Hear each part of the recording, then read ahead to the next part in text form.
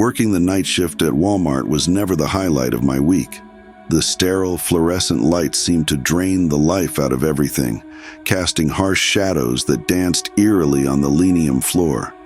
But the pay was decent and it was a job, so I couldn't complain too much one particular night. As the clock ticked closer to midnight, I found myself manning the customer service desk. It wasn't a particularly exciting job.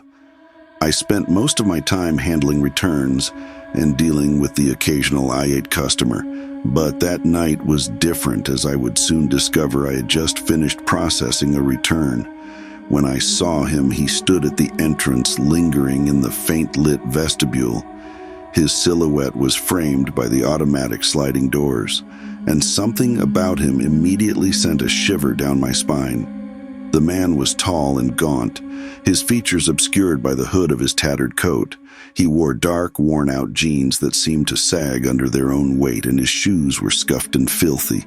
But what really caught my attention were his eyes, or rather the lack of them. His face was hidden in the shadows, and I couldn't make out any facial features, just two dark voids where his eyes should have been.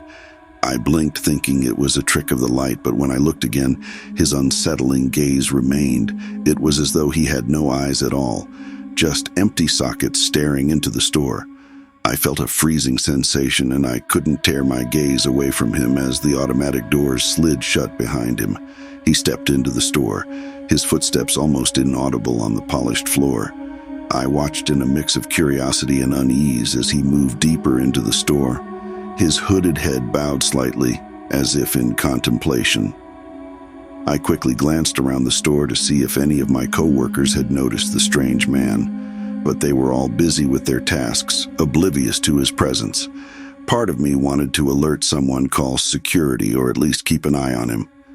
But another part of me hesitated, unsure of what to make of the situation. After all, he was just a customer, albeit a peculiar one. I decided to keep an eye on him from the customer service desk, rationalizing that it was my job to monitor the store. As I watched, he wandered aimlessly through the aisles, occasionally picking up an item, only to put it back haphazardly. His movements were jerky, almost mechanical, and there was an unsettling air of purposelessness about him. Time seemed to stretch as I observed him, and I couldn't shake the feeling that something was profoundly wrong. It was as though he didn't belong here, as if he were a glitch in the system, an anomaly in the orderly world of Walmart. As the minutes turned into hours, the store grew quieter, and the few remaining customers hurried through their shopping. Eager to leave, the man, however, remained seemingly unfazed by the late hour. It was almost as if he were waiting for something or someone. I watched him for what felt like an eternity, my unease growing with each passing moment. Then, to my surprise, he abruptly stopped in front of the customer service desk. His empty gaze fixed on me. My heart pounded in my chest as I met his eyeless stare, and a cold sweat formed on my brow. "Can I help you with something?" I asked, my voice quivering slightly. He didn't respond. Instead, he extended a bony hand, the fingers unnaturally long and thin, and placed a crumpled piece of paper on the counter. I cautiously picked it up and unfolded it, my eyes widening in shock as I read the scrawled message, "They're coming for you." My heart raced, and I looked up at the man, my mind racing with fear and confusion. "Who's coming for me?" I demanded, my voice trembling. The man remained silent, his hooded head still bowed. I felt a growing sense of dread, as though I had stumbled into a night from which there was no escape. I decided to call for help. I picked up the store phone and dialed the security extension. But there was no answer, just static on the line. Panic welled up inside me as I realized I was on my own with this mysterious man who seemed to defy reason. I glanced around, hoping to catch the attention of one of my coworkers, but they were all preoccupied with their tasks, oblivious to the tension that had gripped the store. It was as if I were trapped in a parallel reality, isolated with this enigmatic stranger. I turned my attention back to the man who had now stepped closer to the desk, his hood concealing his face. "Even more, who are you?" I asked, my voice quivering.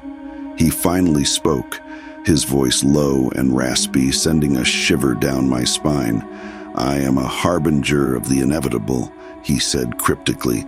I didn't know what to make of his words, but they filled me with a sense of foreboding. "What do you want from me?" I asked, my voice barely above a whisper. He reached into the pocket of his coat and pulled out a small, worn-out photograph. He slid it across the counter toward me, and my hands trembled as I picked it up.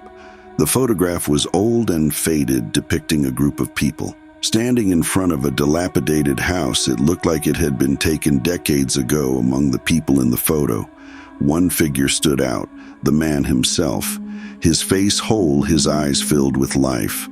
I looked up at him. My confusion deepened. "Is this you?" He nodded slowly. It was. Once I couldn't make sense of it. The man in the photograph bore no resemblance to the eyeless hooded figure before me. "What happened to you?" I asked, my curiosity overcoming my fear. He didn't answer directly, instead choosing to speak in riddles. "I have seen the depths of the abyss, tasted the darkness that lies beyond the veil of reality. I have glimpsed the true nature of existence, and it has taken everything from me." I didn't know what to say. His words were both cryptic and unsettling, and I couldn't shake the feeling that I had stumbled upon something beyond my understanding. Suddenly, the store's intercom crackled to life, the sound echoing through the empty aisles. "Attention, Walmart associates," a voice announced. "We have received a report of a suspicious individual in the store. Please be on the lookout and report any unusual activity to security." My heart sank as I realized the announcement was about the man standing before me. I had to act quickly. I grabbed the phone and dialed the security extension again, hoping someone would pick up this time. To my relief, a voice answered on the other end. "Security, what's your emergency?" I quickly explained the situation. The strange man, the cryptic message, and the unsettling photograph. The security officer assured me they would dispatch someone immediately. As I hung up the phone, I turned to the man who had remained strangely calm throughout the ordeal. "Security is on their way," I said, my voice trembling. "You need to stay here until they arrive." He nodded, seemingly unfazed by the impending arrival of security. "I will wait," he said softly. Minutes felt like hours as I stood behind the customer service desk. The man standing before me, his hooded head bowed in contemplation. The store remained eerily quiet, the harsh fluorescent lights casting long shadows that seemed to dance in rhythm with my racing heart. Finally, the sound of approaching footsteps broke the silence. 2 security officers clad in blue uniforms entered the store, their flashlights cutting through the darkness. I rushed to meet them, explaining the situation and pointing to the mysterious man. The security officers approached the man cautiously, their flashlights illuminating his hooded face. They exchanged weak glances as they questioned him, but he remained cryptic and evasive, offering no concrete answers, as the officer's hand cuffed him and led him away. I couldn't help but feel a sense of relief. The ordeal was over, and I could finally breathe easy. But even as I watched him being escorted out of the store, I couldn't shake the feeling that there was more to the story, that the man's enigmatic words held a deeper meaning. Days turned into weeks, and the memory of that unsettling night at Walmart began to fade. Life returned to its usual routine, and I tried to put the bizarre encounter behind me. Then one evening, as I was leaving work, I found a small envelope waiting for me at the customer service desk. It was addressed to me in handwriting I didn't recognize. I cautiously opened it and found a single piece of paper inside, along with another faded photograph. The photograph depicted the same group of people standing in front of the dilapidated house, but there was something different about it. The man who had been eyeless in the previous photograph now had eyes dark and piercing. staring into the camera with an intensity that sent a shiver down my spine. On the back of the photograph, a message was scrolled in the same handwriting as the envelope. The abyss is patient. It waits for those who seek to understand. Its secrets, beware the truths you seek for.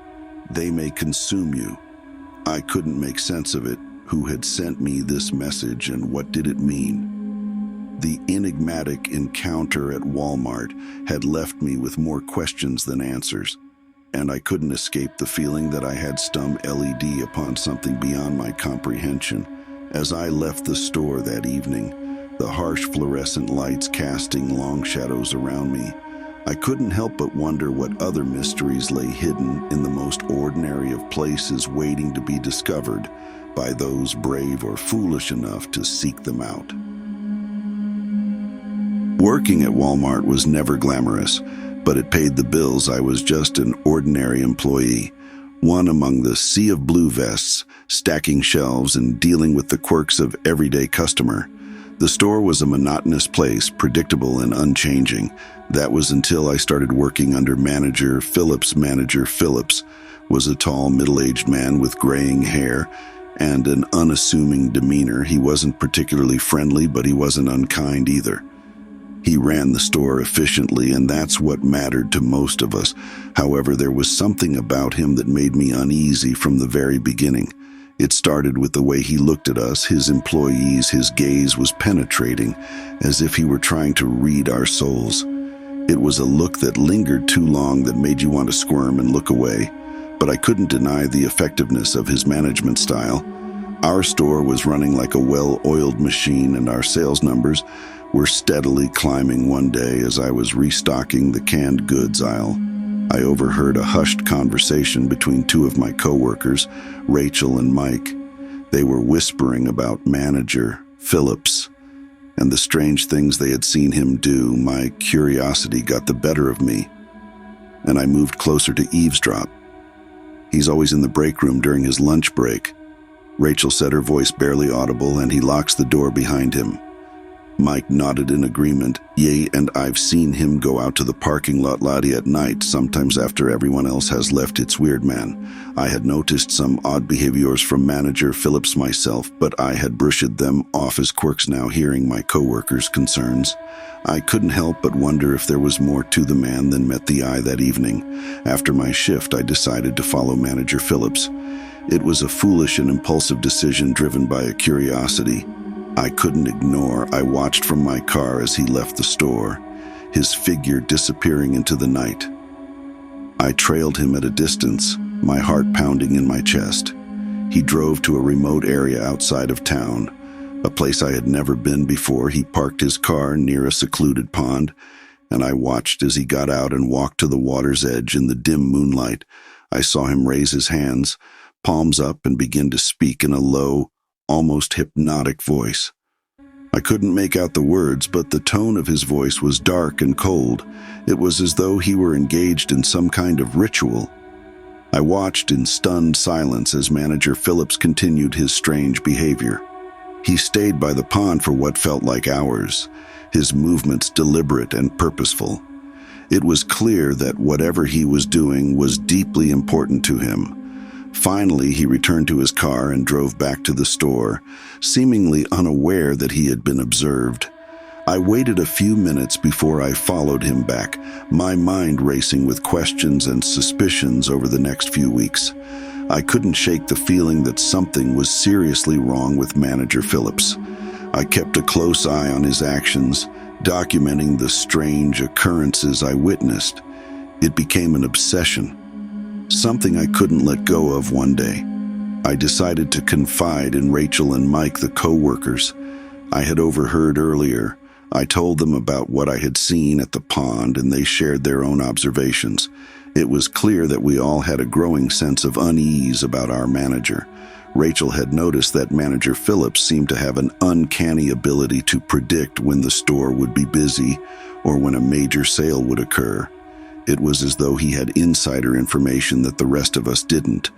Mike, on the other hand, had discovered that Manager Phillips had access to a room in the back of the store that no one else did, It was a small, windowless space, and the door was always locked. Mike had tried to ask about it, but Manager Phillips had brushed off his inquiries, claiming it was simply a storage room. As our suspicions grew, we decided to do some digging. We scoured the store's records and discovered that there were financial irregularities that seemed to be connected to Manager Phillips. Money was unaccounted for, and inventory seemed to vanish mysteriously. It was as though the store was bleeding money, and Manager Phillips was at the center of it all one evening. As we were discussing our findings, Rachel had a breakthrough. She had been looking into Manager Phillips' background and had discovered that he had a history of involvement with a secretive and obscure religious group. The group's beliefs were unconventional, to say the least, and its members were known for their eccentric rituals. It all clicked into place: Manager Phillips' strange behavior, his ability to predict the store's fortunes, the locked room, and now his connection to this enigmatic religious group. It was all part of a puzzle that we were determined to solve. We decided to confront Manager Phillips with our suspicions. We confronted him in his office one evening, armed with our evidence and the determination to uncover the truth. He listened to us calmly, his expression unreadable when we presented our findings. His only response was a chilling smile. "You've been very observant, haven't you?" he said, his voice dripping with condescension. "But you have no idea what you're getting into." We demanded answers, but Manager Phillips refused to divulge anything more. Instead, he warned us to drop our investigation and forget everything we had discovered. It was a veiled threat, and we knew we were treading on dangerous ground.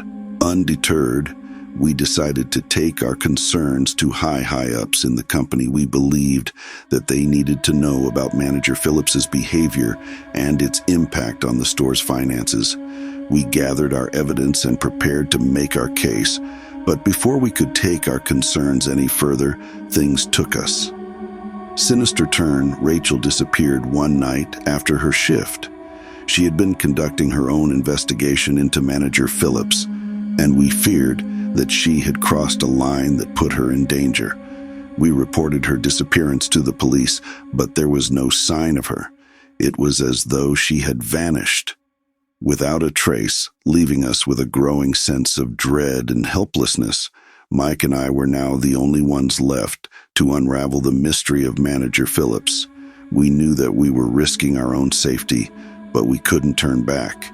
We had to uncover the truth, not only for Rachel's sake, but for our own as well. We continued to gather evidence, documenting every irregularity and suspicious behavior.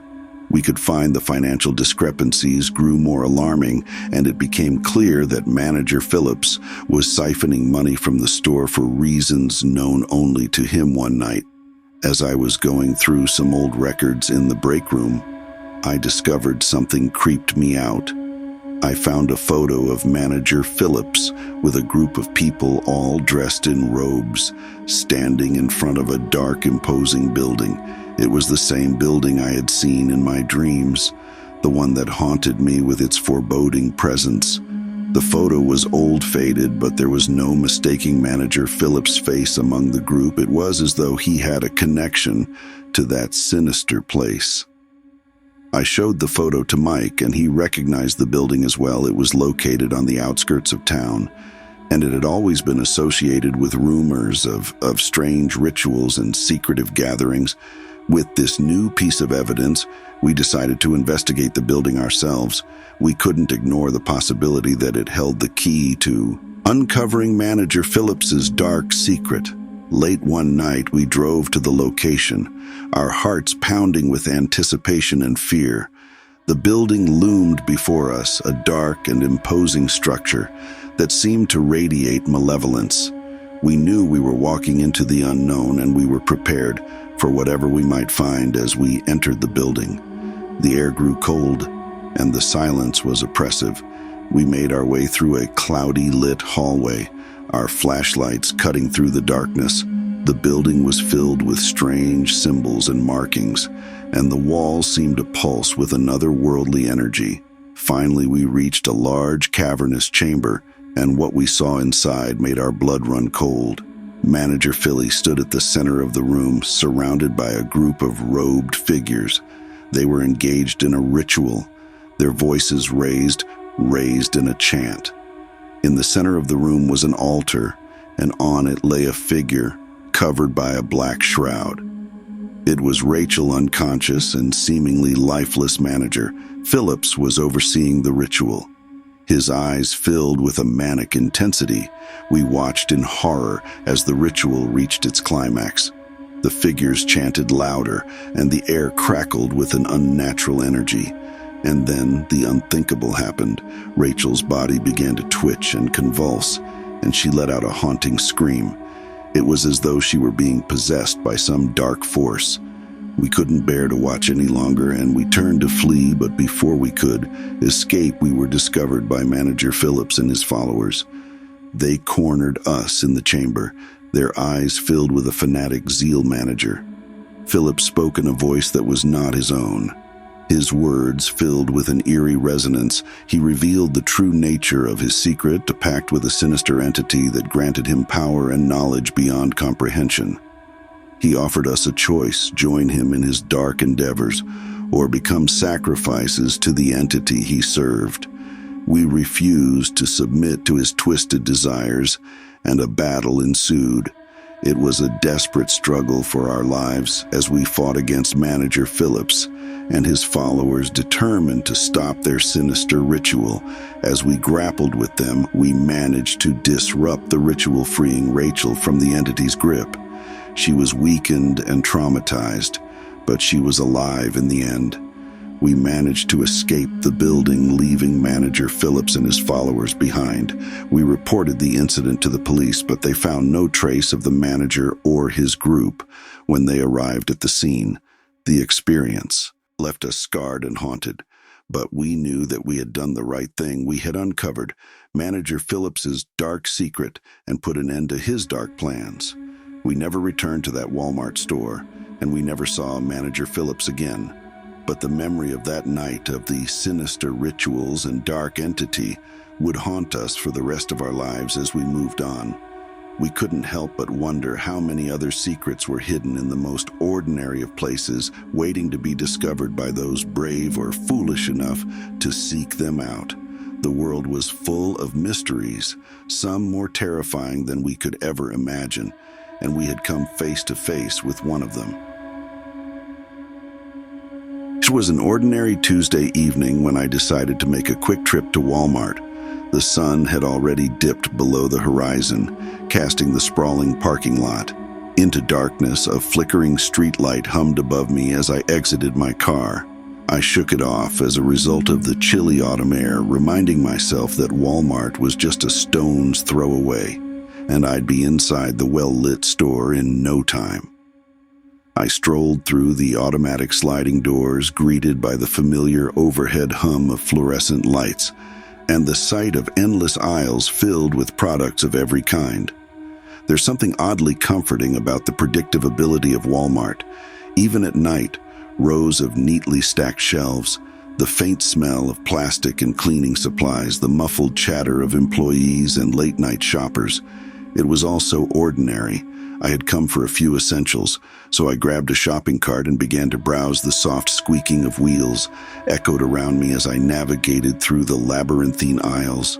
My footsteps seemed unusually loud against the linoleum floor, but I shrugged it off as my imagination playing tricks on me. I picked up a box of cereal, some milk, and a few other items, steadily making my way toward the checkout lanes. As I turned into the snack aisle, something caught my eye. A man in a faded green hoodie. He was standing near the potato chips, his head buried in a bag as if he were genuinely shopping. At first, there was nothing remarkable about him, just another shopper in a Walmart hoodie. But then something about his posture struck me as odd. He seemed tense, like a predator, sizing up its prey. He didn't glance my way, but I couldn't shake the feeling that he was watching me, studying me. It made my blood freeze, making me hesitate. I continued down the aisle, glancing over my shoulder to find him still there, pretending to examine bags of chips. I quickened my pace, now acutely aware of my surroundings. Every aisle I turned into, he was there, never too close, but always within my line of sight.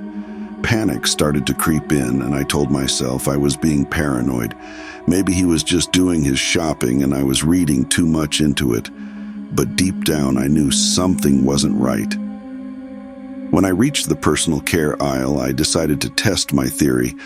I grabbed a random item off the shelf, a bottle of shampoo I didn't even need, and headed for the electronics section. If he was following me, he'd have to reveal his true intentions. Sure enough, as I entered the electronics section he followed, I tried to act nonchalant, glancing at the TVs and browsing the video games. But my heart raced. There was no doubt now he was following me. Fear constricted my chest as I considered my options. I couldn't confront him directly. I needed help. I reached for my phone, but a quick glance told me I had no signal. Walmart's notorious dead spots. I thought panic set in. As I realized I was on my own, I decided to make a beeline for the front of the store where there were always employees at the registers. The man could be a harmless coincidence, but my gut told me otherwise. I picked up the pace, my card squeaking loudly in protest. I passed through the clothing section, then the home goods aisle. But he stayed with me. Never more than a few miles away, I could feel his eyes on me, and I knew he was closing in finally. I reached the main thoroughfare of the store, lined with registers and manned by Walmart employees. I hurriedly pushed my cart toward the closest checkout lane, relief washing over me. The cashier, a young woman with a friendly smile, scanned my items and made small talk as she worked. But just as I was starting to calm down, I saw him. The man in the green hoodie was standing a few lanes away, pretending to examine a display of candy bars. He wasn't shopping, he was watching me, waiting for his chance. I paid for my items, thanked the cashier, and made a quick decision. Instead of heading for the exit, I turned and pushed my cart toward the pharmacy section at the back of the store. It was further away from the entrance, but it was also less crowded, and I hoped I could lose him there. As I walked, I took a deep breath and tried to think rationally. I needed to find a store employee and alert them to the situation. I knew I couldn't confront this man on my own. But where were the employees? It was as if the store had emptied out, leaving only me and the stalker. I turned a corner and entered the pharmacy area. It was eerily quiet, with only the soft hum of fluorescent lights above. I scanned the rows of medicine and health products, desperately searching for a store employee. There was no one in sight. I felt a cold sweat forming on my brow as I continued to push my cart. My heart pounded in my chest, and every sound, every shadow seemed amplified. The man in the green hoodie was still behind me. Closer now, his footsteps echoing ominously on the linoleum floor. I rounded another corner and my heart sank there. Standing in front of me was a display of Halloween masks and costumes. Rows of plastic faces leered at me, grotesque and terrifying. The irony of the situation hit me. The scariest thing in the store wasn't a mask, it was the man following me. I knew I couldn't keep running forever. My phone still had no signal, and there were no store employees in sight. I had to make a stand, find a way to escape this nightmare. I glanced around, searching for anything that could help me. That's when I saw it, a fire extinguisher mounted on the wall. It was my only chance. I approached it, trying to remain calm. The man was now just a few feet away. His eyes locked on me, a sinister grin playing on his lips with a surge of adrenaline. I grabbed the fire extinguisher and aimed it at him. "Stay back," I shouted, my voice quivering but determined. The man froze, his grin fading into a look of surprise. "Wow, whoa, calm down," he said, holding up his hands. "I'm not here to hurt you." I wasn't convinced. "Then why are you following me?" I demanded, my finger on the extinguisher trigger. He hesitated for a moment, then sighed. "I'm not following you. I work here in loss prevention. I thought you might be a shoplifter." My heart pounded in my chest as I considered his words. Could he be telling the truth? I lowered the fire extinguisher slightly, but I didn't put it down. "You're a Walmart employee?" I asked, still on edge. "Yes," he replied, his hand still raised. "I'm just doing my job, trying to prevent theft." "I'm sorry if I scared you." I looked around, finally noticing the security cameras placed throughout the store. It made sense. He was an employee trying to protect the store's assets. I felt a wave of embarrassment wash over me as I realized my mistake. I thought you were stalking me," I admitted, feeling foolish. He nodded sympathetically. "I can see how it might have looked that way. I should have introduced myself and explained, but I didn't want to blow my cover." Relief flooded through me as I lowered the fire extinguisher completely and handed it back to him. "I'm sorry for overreacting," I said, my voice shaky. "It's just that, well, it's been a really strange night." He offered a friendly smile. "No worries. I'm Chris, by the way. I promise I won't be following you anymore." We both chuckled nervously, and I finally started to relax. Chris walked me to the front of the store where other employees were now visible at the registers. He explained the situation to a manager who assured me they would review the security footage to confirm everything was okay. As I left the store, I couldn't help but laugh at the absurdity of it all. What had started as a routine trip to Walmart had turned into a terrifying ordeal, all because of a misunderstanding. I realized that sometimes fear can distort our perceptions and lead us to make rash decisions. From that night on, I never looked at Walmart the same way. It was no longer just a place to shop. It was a reminder that even the most ordinary settings can become the backdrop for a terrifying encounter. And as I drove away, I couldn't shake the feeling that the man in the green hoodie had given me a glimpse into the darker side of the ordinary world, a world where shadows lurked in every aisle and fear could turn even the most mundane moments into a nightmare.